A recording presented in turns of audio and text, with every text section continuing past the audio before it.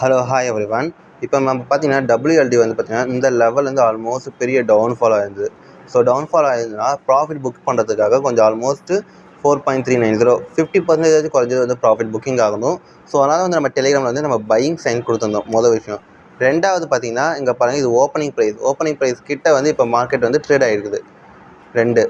மூணாவது பார்த்தீங்கன்னா வந்து இங்கே பாருங்கள், மார்க்கெட் இப்போ இவ்வளோ பெரிய டவுன்ஃபால் ஆனதுக்கு அடுத்து இப்போ ஆல்மோஸ்ட் இன்னும் 2 days 9 hours பார்த்தீங்கன்னா இதுக்கு மேலே வந்து க்ளோசிங் கொடுத்துருவான்.